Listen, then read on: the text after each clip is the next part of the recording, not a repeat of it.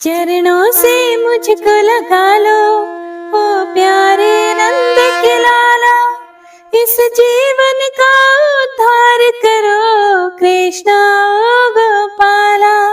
ओ मेरे प्यारे बांके बिहारी, बस तेरे ही गुण गाओ। मेरा रोम रोम तेरे नाम से महके, मैं कृष्णमय हो जाऊं। ओम गंग गणपते नमः। हरे कृष्णा। ओम नमः शिवाय। पौष मास की कथा सुनने वाले सभी भक्तों का आज की कथा में दिल से स्वागत है।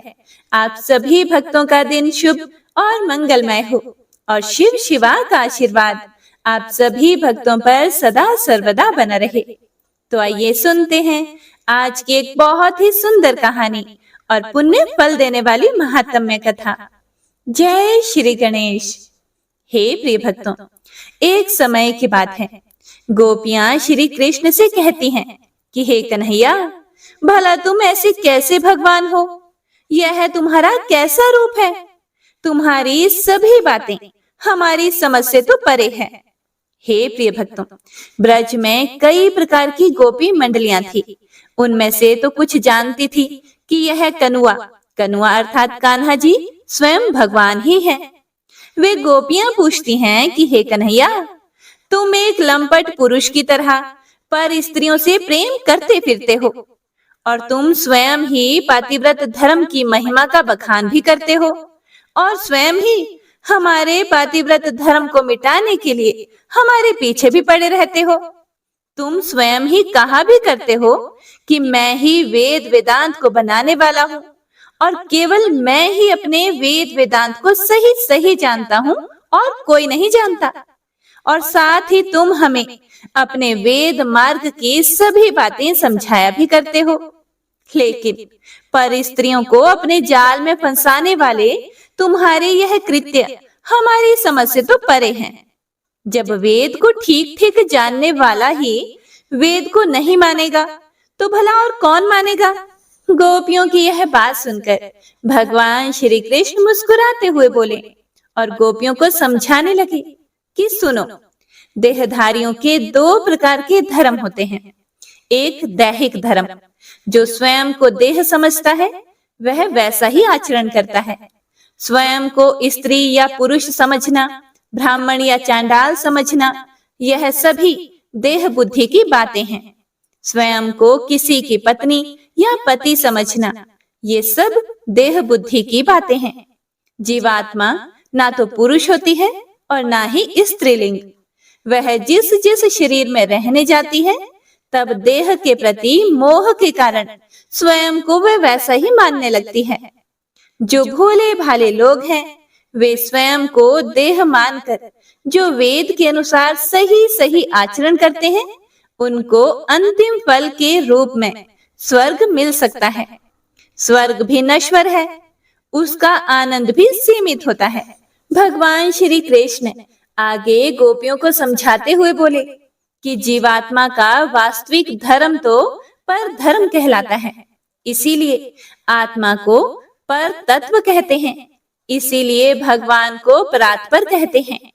परात्पर का मतलब परात पर, यानी जो आत्मा से भी आगे हो। संक्षेप में तुम इतना समझ लो कि आत्मा का धर्म इतना सा है कि वह मुझ परम ईश्वर से ही प्रेम करे। जो भी दैहिक धर्म का पालन करके स्वर्ग आदि पाने के चक्कर में नहीं उलझता, केवल आत्मा के धर्म का पालन करके मुझसे प्रेम भक्ति करता है, उसे स्वर्ग से आगे बढ़कर दिव्य फल मिलता है। मुझसे प्रेम करने वाली जीवात्मा मेरे दिव्य धाम गोलोक का सर्वोच्च फल प्राप्त करती है। वह सदा मेरी ही बनकर वहां सदा निवास करती है।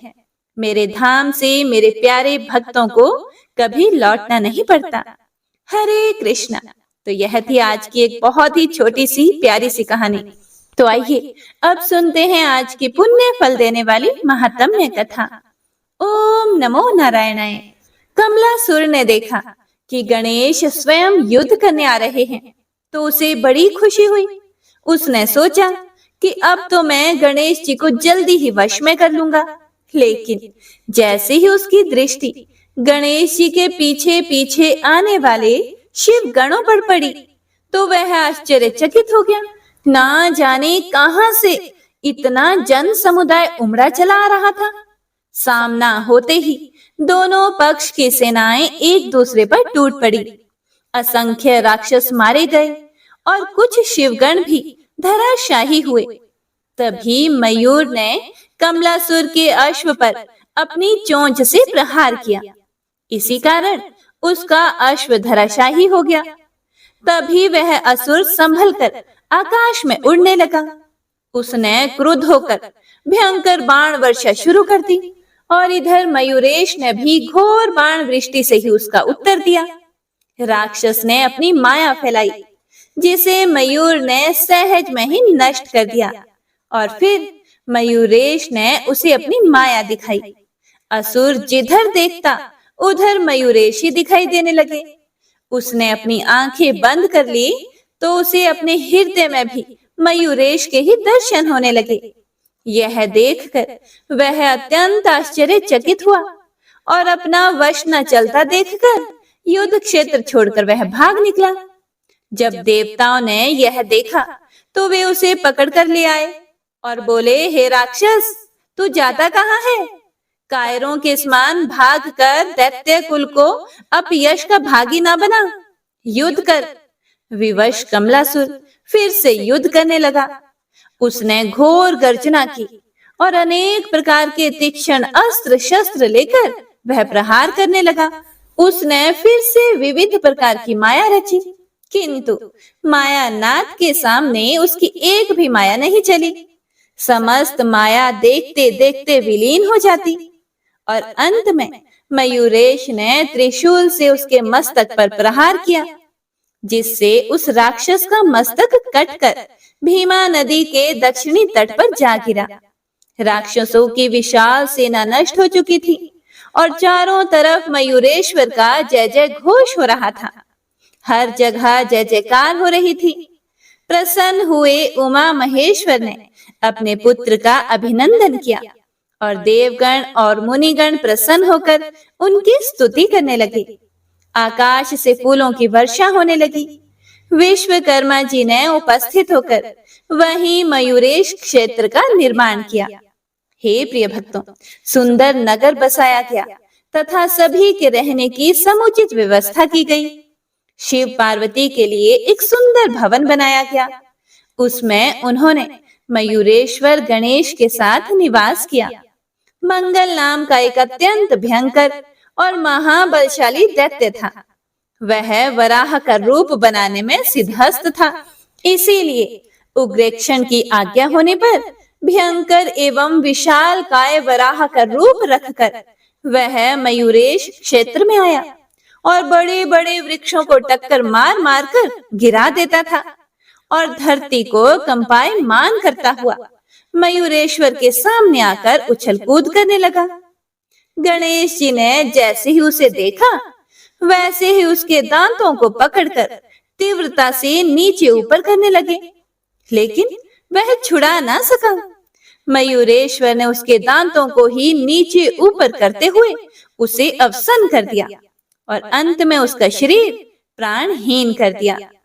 एक दिन भगवान शिव ने मस्तक से चंद्रमा उतार कर रख दिया था, जिसे लेकर गणेश जी बालकों के साथ खेलने के लिए कुछ दूर चले गए। भगवान शंकर ने चंद्रमा को ना देखकर अपने गणों से उसके विषय में पूछा, तो वे गण बोले कि हे प्रभु, उसे तो आपके पुत्र उठाकर ले गए हैं। हमने समझा कि आपकी आज्ञा से ही ले जा रहे होंगे, इसीलिए हमने उन्हें टोका भी नहीं। फिर भगवान शिव ने एक गण को आदेश दिया कि तुम जाओ और गणेश जी से चंद्रमा लेकर आओ। गण ने जाकर मयूरेश से चंद्रमा देने को कहा तो गणेश बोले, अभी तो मैं इसके साथ खेल रहा हूँ, बाद में दूंगा। फिर उस गण ने लौटकर भगवान शिव को उनका उत्तर बता दिया। तब भगवान शिव ने कई गणों को एक साथ भेजते हुए कहा कि यदि गणेश चंद्रमा दे दे तो ठीक, अन्यथा गणेश को यहाँ ले आओ। शिव गणों ने गणेश जी से चंद्रमा मांगा तो गणेश जी ने उन्हें नहीं दिया।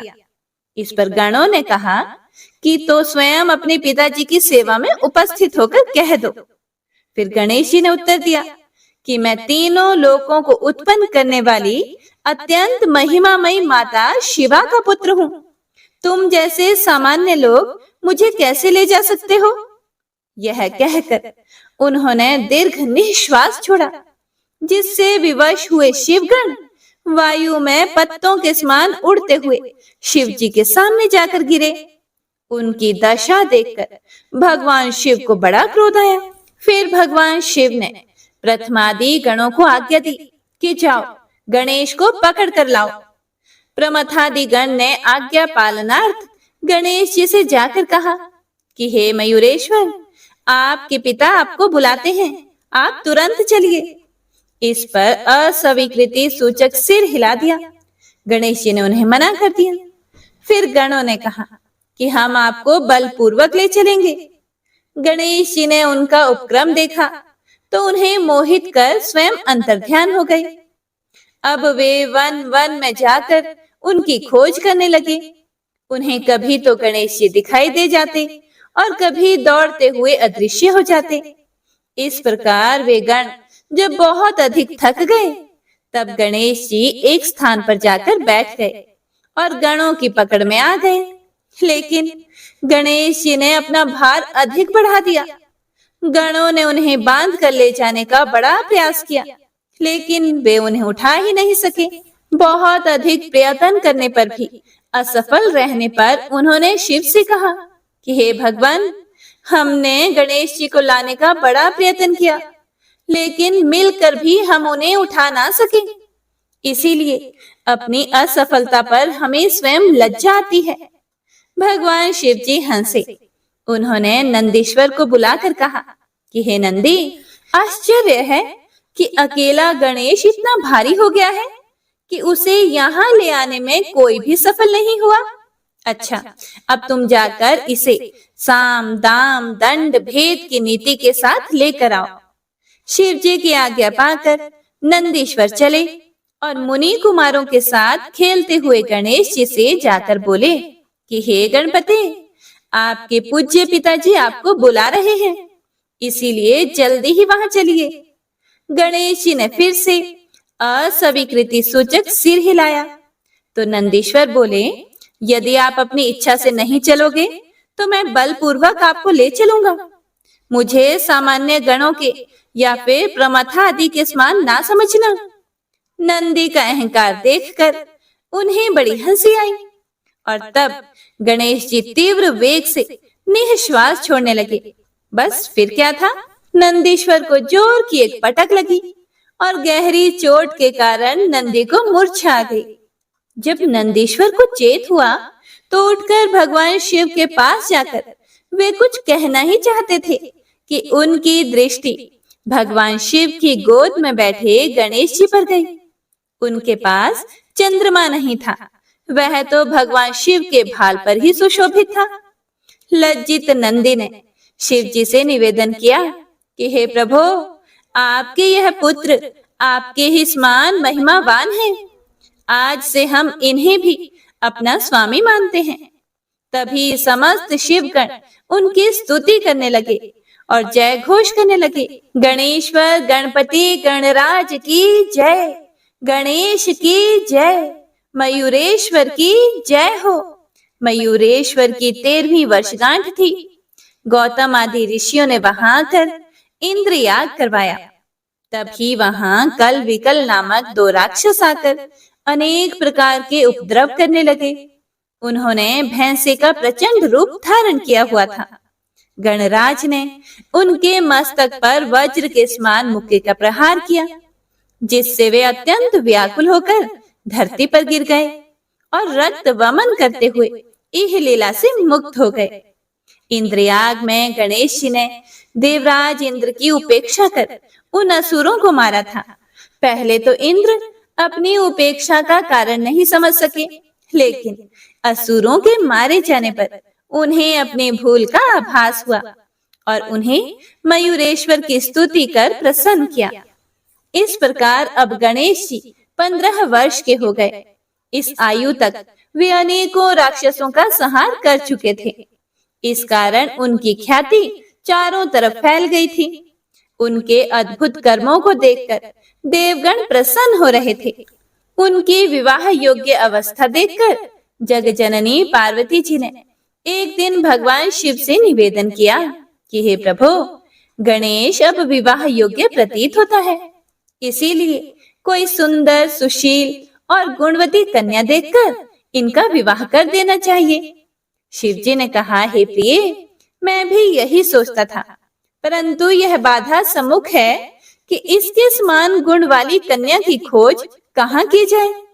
यह विचार चल ही रहा था कि महर्षि नारद जी वीणा बजाते हुए वहां पहुंचे।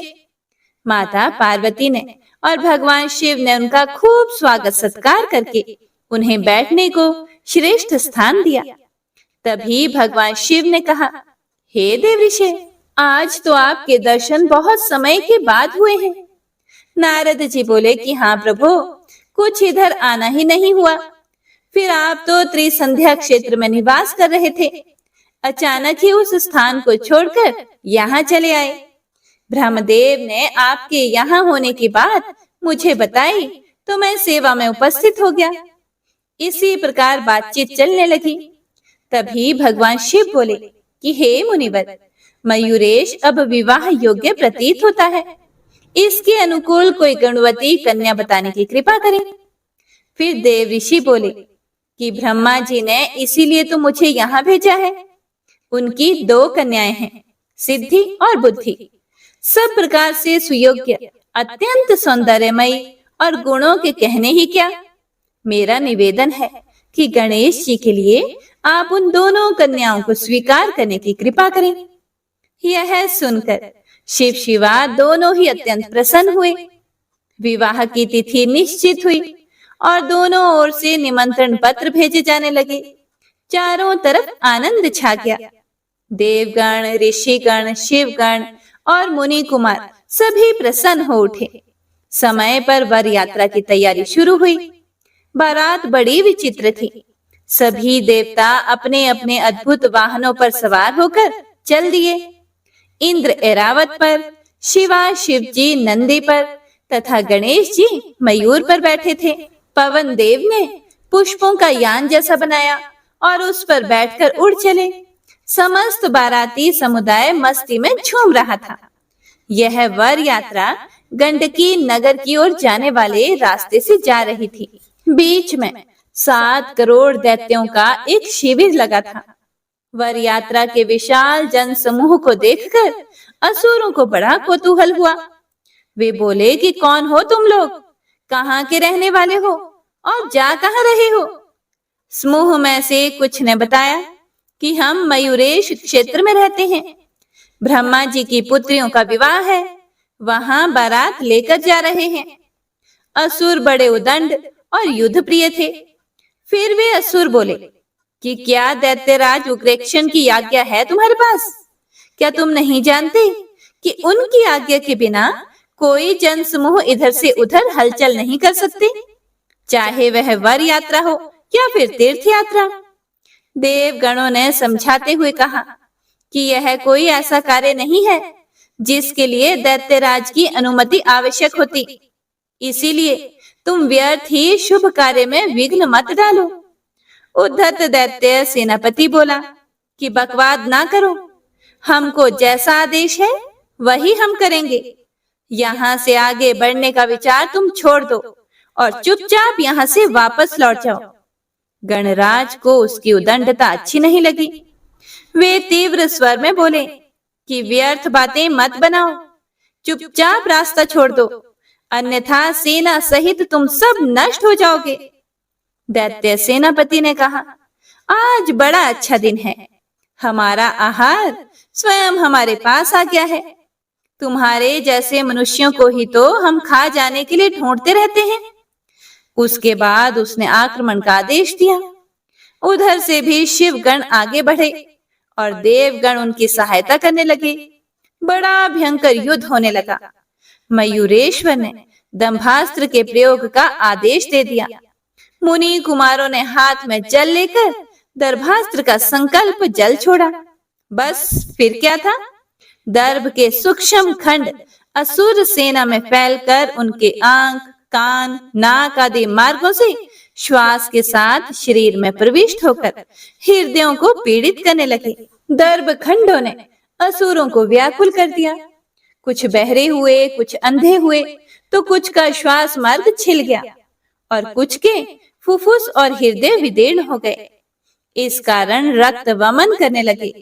इस प्रकार कुछ ही क्षणों में वह राक्षसी सेना पूर्ण रूप से विनष्ट हो गई। बालकों ने कहा कि हे देव, आपकी आज्ञा से हमने विशाल दैत्य सेना का बात की बात में संहार कर दिया। अब और जो कहो वही हम करेंगे। वर यात्रा फिर से पूर्वत आगे बढ़ी। धीरे धीरे इतनी दूर पहुंच गए कि वहां से उग्रेक्षण की राजधानी गंडकी नगर 1 योजन दूर रह गई। वहां गणेश जी अपने वाहन मयूर से नीचे उतरे। यहाँ गणेश जी ने एक वृहद सिंहासन की स्थापना की, जो अत्यंत सुंदर, दिव्य तथा भव्य था। उस पर उन्होंने शिव, शिवा और प्रमुख ऋषियों को बैठाया और अन्य सबको सिंहासन के आगे बैठने की व्यवस्था की। इस प्रकार समस्त जनसमूह वहां विश्राम के लिए ठहर गया। तभी मयूरेश बोले, जनक जननी, ऋषिगण, देवगण एवं शिवगण आदि अभी गंडकी नगर में अनेक देवताओं के साथ भगवान श्री हरि रह रहे हैं। जब तक वे मुक्त न हो जाएं, तब तक विवाह उत्सव में कोई आनंद नहीं आएगा। इसीलिए मेरी प्रतिज्ञा है कि मैं उन्हें मुक्त कराए बिना विवाह नहीं करूंगा। इसीलिए कोई बुद्धिमान पुरुष दैत्यराज के पास जाकर उन्हें मुक्त करने का संदेश दे, और वह उन्हें मुक्त करना स्वीकार ना करे तो हमें उससे युद्ध करना होगा। ब्रह्मा जी ने साधु साधु कहकर गणेश जी की प्रशंसा की और पुष्पदंत को दूत बनाकर भेजने का प्रस्ताव किया। लेकिन पुष्पदंत ने कहा, यदि मैं दैत्यराज के समक्ष गया तो मुझे उसकी बातों से शीघ्र ही क्रोध आ जाएगा। इसी कारण मैं नीति की रक्षा करने में असमर्थ रहूंगा। मैं तो उससे युद्ध क्षेत्र में ही मिलना चाहता हूँ। इसीलिए उसके पास किसी अन्य को भेजना ही उचित होगा। उसकी बात सुनकर विचार चलने लगा कि अन्य किसको भेजा जाए। बहुत विचार करने के बाद मयूरेश ने ही समाधान किया कि मेरे विचार से तो नंदीश्वर को भेजना चाहिए।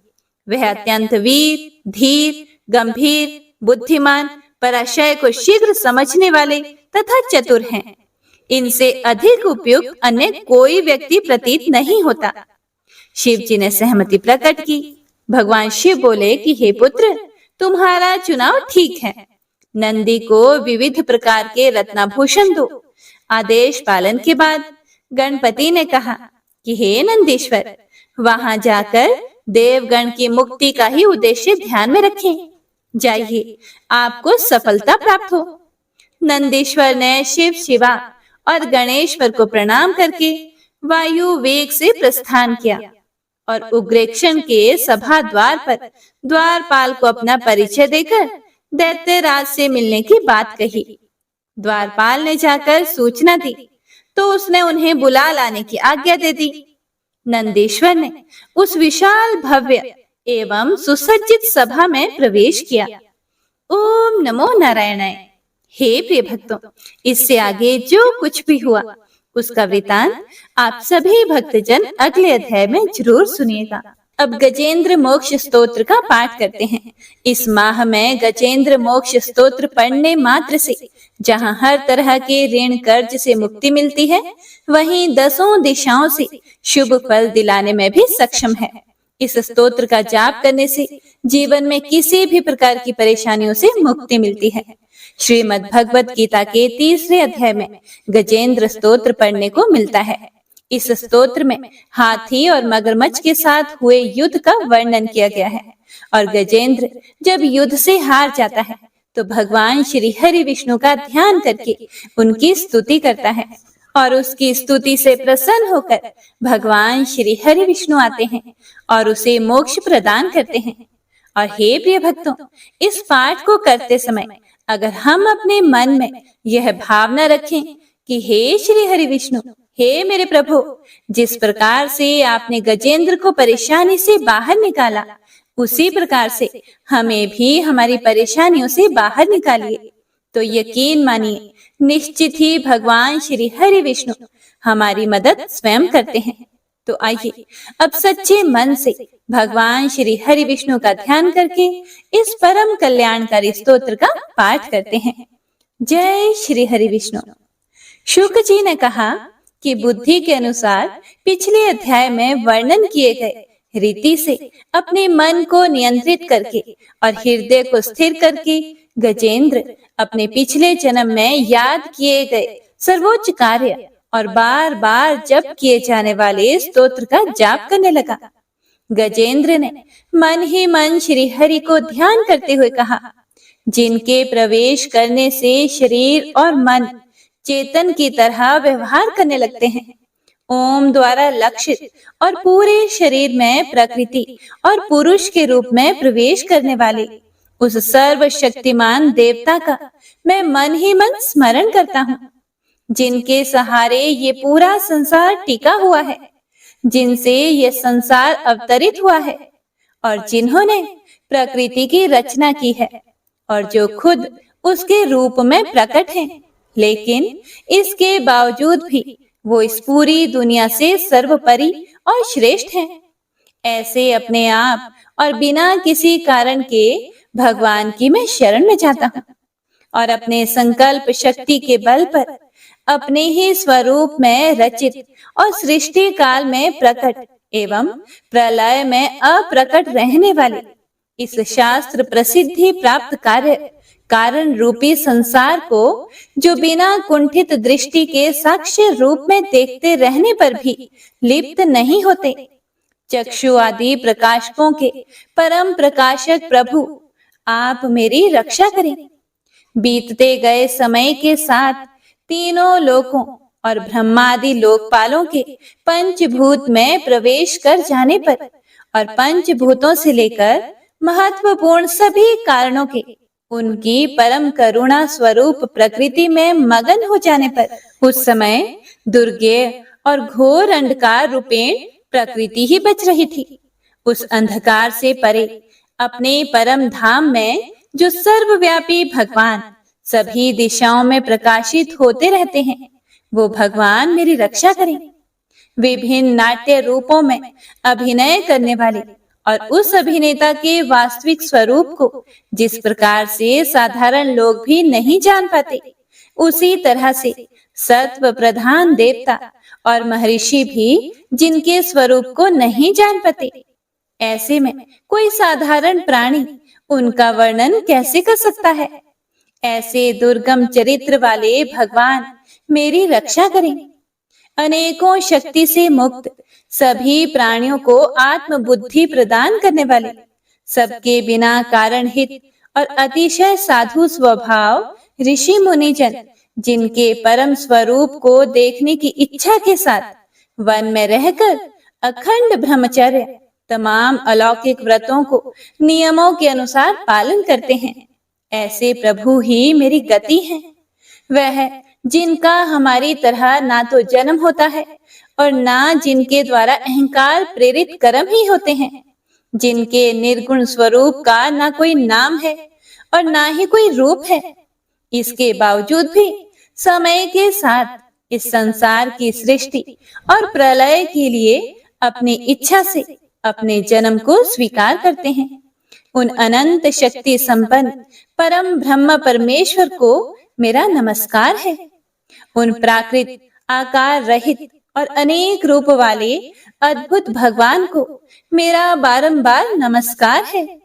स्वयं प्रकाशित सभी साक्ष्य परमेश्वर को मेरा शत शत नमन है। वैसे देव जो मन, वाणी और चित्त वृत्तियों से परे हैं, उन्हें मेरा बारंबार नमस्कार है।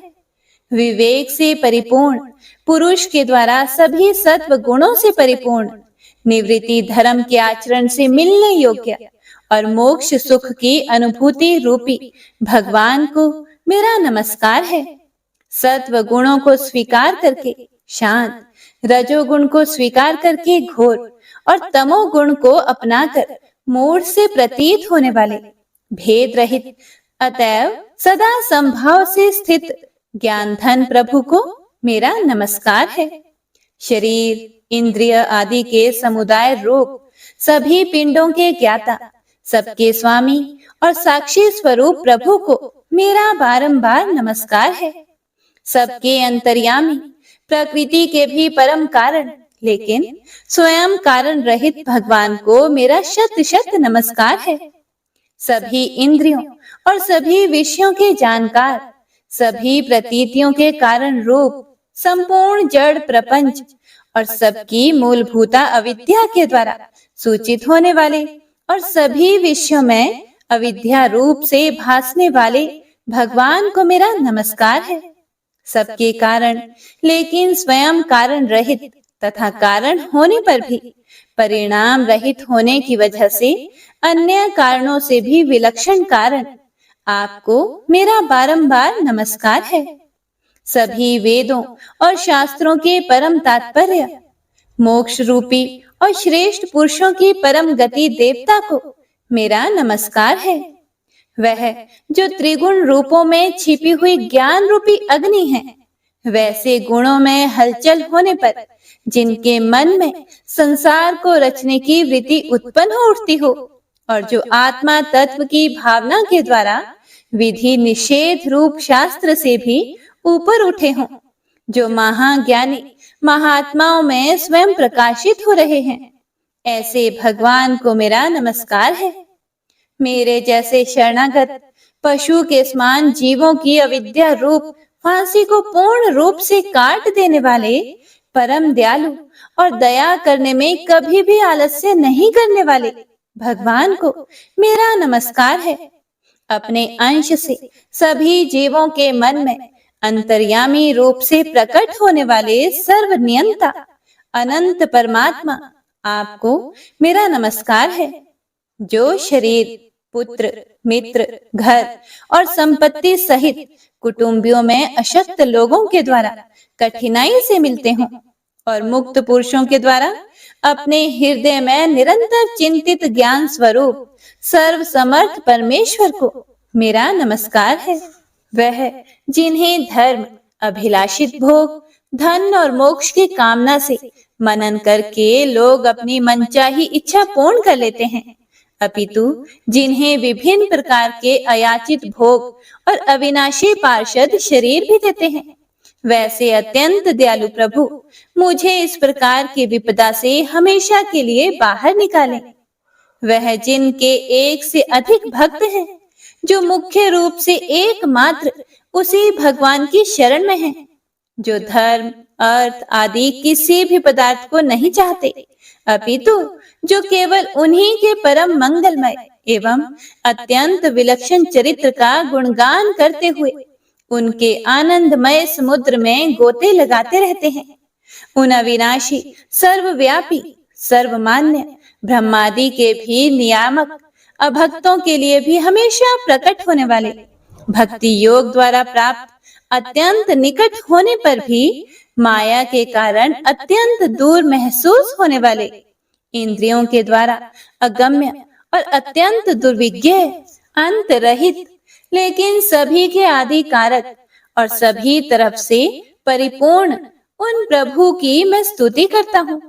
वो जो ब्रह्मा सहित सभी देवता, चारों वेद तथा समस्त चराचर जीव नाम और आकृति भेद से जिनके अत्यंत क्षुद्र अंशों से रचे गए हैं, जिस तरह से जलती हुई अग्नि की लपटें और सूरज की किरणें बार बार निकलती हैं और फिर से अपने कारण में ही लीन हो जाती है, उसी प्रकार बुद्धि, मन, इंद्रियां और नाना योनियों के शरीर, जिन सभी गुणों से प्राप्त शरीर जो स्वयं प्रकाश परमात्मा से प्रकट होता है और फिर से उन्हीं में लीन हो जाता है, वह प्रभु जो ना तो देवता है, ना असुर, ना मनुष्य हैं और ना ही मनुष्य से नीचे किसी अन्य योनि के प्राणी। ना ही वो स्त्री हैं और ना ही पुरुष, ना ही नपुंसक और ना ही वो कोई ऐसे जीव हैं जिनका इन तीनों ही श्रेणी में समावेश है। वो ना तो गुण है, ना कर्म, वो ना ही कार्य है और ना ही कारण। इन सभी योनियों का निषेध होने पर जो बचता है वही उनका असली रूप है और वे ही सब कुछ हैं। ऐसे प्रभु मेरा उत्थान करने के लिए प्रकट हो। अब मैं इस मगरमच्छ के चंगुल से आजाद होने के बाद जीवित नहीं रहना चाहता। इसकी वजह ये है कि मैं सभी तरफ से अज्ञानता से ढके इस हाथी के शरीर का क्या करूं? मैं आत्मा के प्रकाश से ढक देने वाले अज्ञानता से युक्त इस हाथी के शरीर से मुक्त होना चाहता हूँ, जिसका काल क्रम से अपने नाश नहीं होता, बल्कि ईश्वर की दया और ज्ञान से उदय हो पाता है। इस प्रकार से मोक्ष के लिए लालायित संसार के रचयिता स्वयं संसार के रूप में प्रकट, लेकिन संसार से परे, संसार में एक खिलौने की भांति खेलने वाले, संसार में आत्म रूप से व्याप्त अजन्मा सर्वव्यापी एवं प्रापत्य वस्तुओं में सर्वश्रेष्ठ श्री हरि का केवल स्मरण करता हूँ और उनकी शरण में जाता हूँ, जिन्होंने भगवत भक्ति रूपी योग के द्वारा कर्मों को जला डाला है, जिन्हें समस्त योगी ऋषि अपने योग के द्वारा अपने शुद्ध हृदय में प्रकट देखते हैं। उन योगेश्वर भगवान को मेरा नमस्कार है। वह जिनके त्रिगुणे शक्तियों का राग, रूप, वेग और असह्य है, जो सभी इंद्रियों के विषय रूप में मौजूद हैं। वह जिनकी इंद्रियां समस्त विषयों में ही बसी रहती है। ऐसे लोगों को जिनको मार्ग मिलना भी संभव नहीं है, वैसे शरणागत एवं अपार शक्तिशाली वाले भगवान आपको मेरा बारंबार नमस्कार है। जिनकी अविद्या नाम के शक्ति के कार्य रूप अहंकार से ढके हुए हैं, वह जिनके रूप को जीव समझ नहीं पाते हैं, ऐसे अपार महिमा वाले भगवान की मैं शरण लेता हूँ। हे प्रिय भक्तों, श्री सुखदेव जी कहते हैं कि वह जिसने पूर्व प्रकार से भगवान के भेद रहित सभी निराकार रूप का वर्णन किया था, उस गजराज के करीब जब ब्रह्मा आदि अन्य कोई भी देवता नहीं आए, जो अपने विभिन्न प्रकार के विशेष विग्रहों को ही अपना रूप मानते हैं, ऐसे में साक्षात विष्णु जी, जो सभी के आत्मा होने के कारण सभी देवताओं के रूप हैं, तब वह वहां पर प्रकट हुए। गजराज को इस प्रकार से दुखी देखकर और उसके पढ़े गए स्तुति को सुनकर चक्रधारी प्रभु इच्छानुसार वेग वाले गरुड़ की पीठ पर सवार होकर सभी देवों के साथ उस स्थान पर पहुंचे जहां वह गज था। गज अर्थात हाथी था।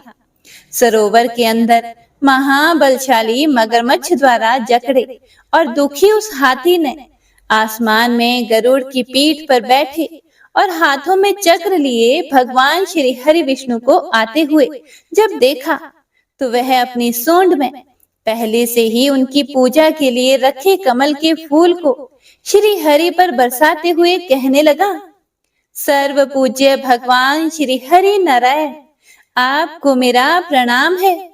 सर्व पूज्य भगवान श्री हरि, आपको मेरा नमस्कार है। लाचार हाथी को पीड़ित देखकर श्री हरि विष्णु गरुड़ से नीचे उतरकर सरोवर में उतर आए और वह दया से प्रेरित होकर ग्राह सहित उस गज को तुरंत ही सरोवर से बाहर निकाल आए और देवताओं के देखते ही देखते अपने चक्र से मगरमच्छ के गर्दन को काट दिया और हाथी को उस पीड़ा से बाहर निकाल लिया। तो इसी के साथ गजेंद्र मोक्ष स्तोत्र संपूर्ण हुआ। तो सभी एक बार प्रेम से बोलिए, भगवान श्री हरि विष्णु की जय। जय गणपति सदगुण सदन, कविवर बदन कृपाल, विघ्न हरण मंगल करण, जय जय गिरिजालाल। जय जय गिरिजा लाल, जय जय गिरिजा लाल। जय जय जय गणपति गणराजो, मंगल भरण करण शुभ काजो। जय गज बदन सदन सुखदाता, विश्व विनायक बुद्धि विधाता। वक्रतुंड शुच शुंड सुहावन, तिलक त्रिपुंड भाल मन भावन। राजित मणि मुक्त नूर माला, स्वर्ण मुकुट शिर नयन विशाला। पुस्तक पाणि कुठार त्रिशूलम, मोदक भोग सुगंधित फूलम। सुंदर पीतांबर तन साजित, चरण पादुका मुनि मन राजित। धन शिव सुवन षडानन भ्राता, गौरी ललन विश्व विधाता। रिद्धि सिद्धि तव चंवर सुधारे, मूषक वाहन सोहत द्वारे। कहूँ जन्म शुभ कथा तुम्हारी, अति शुचि पावन मंगलकारी। एक समय गिरिराज कुमारी, पुत्र हेतु तब किन्हो भारे। भयो यज्ञ जब पूर्ण अनुपा, तब पहुँच्यो तुम धरि द्विज रूपा। अतिथि जानी कई गौरी सुखारी, बहुविधि सेवा करी तुम्हारी। अति प्रसन्न हवै वर दिन्हा, मातु पुत्र हित जो तप किन्हा। मिलहि पुत्र तुहि बुद्धि विशाला, बिना गर्भ धारण यही काला। गणनायक गुण ज्ञान निधाना, पूजित प्रथम रूप भगवाना। अस कहि अंतर्धान रूप वही, पलना पर बालक स्वरूप वही। बनी शिशु रुदन जब ही तुम ठाना, लखी मुख सुख नहीं गौरी समाना। सकल मगन सुख मंगल गावही, नभते सूरन सुमन वर्षावही। शंभु माँ बहुदान लुटावही, सुर मुनि जन सुत देखन आवही। लखी अति आनंद मंगल साजा, देखन भी आए शनि राजा। निज अवगुण गुणीश्वनी मन माही, बालक देखन चाहत नाही। गिरजा कछु मन भेद बढ़ायो, उत्सव मोर न शनि तुहि भायो। कहन लगे शनि मन सकुचाई, का करि हऊ शिशु मोहि दिखाई। नहीं विश्वास उमार भयऊ, शनि सो बालक देखन कहयो। पड़ते ही शनि दृग कोण प्रकाशा, बालक सिर उड़ गयो आकाशा। गिरजा गिरी विकल वही धरणी, सो दुख दशा गयो नहीं वर्णी। हाहाकार मचयो कैलाशा, शनि किन्ह्यो लखी सुत का नाशा। तुरत गरुड़ चढ़ी विष्णु सिधाए, काटी चक्र सो गज शिर लाए। बालक के धड़ ऊपर धार्यो, प्राण मंत्र पढ़ी शंकर डार्यो। नाम गणेश शंभु तब कीन्हे, प्रथम पूज्य बुद्धि निधि वर दीन्हे। बुद्धि परीक्षा जब शिव किन्हा, पृथ्वी कर प्रदक्षिणा लेन्हा। चले षडानन भरमि भुलाए, रचे बैठ तुम बुद्धि उपाय। चरण मातु पितु के धर लिन्हे, तिनके साथ प्रदक्षिण किन्हे। धनी गणेश कहि शिव ही हर्षे, नभते सुरन सुमन बहु बरसे। तुम्हारी महिमा बुद्धि बढ़ाई, शेष सहस मुख सकै न गाई। मैं मतिहीन मलिन दुखारी, करहूँ कौन विधि विनय तुम्हारी। भजत राम सुंदर प्रभु दासा, जग प्रयाग ककरा दुर्वासा। अब प्रभु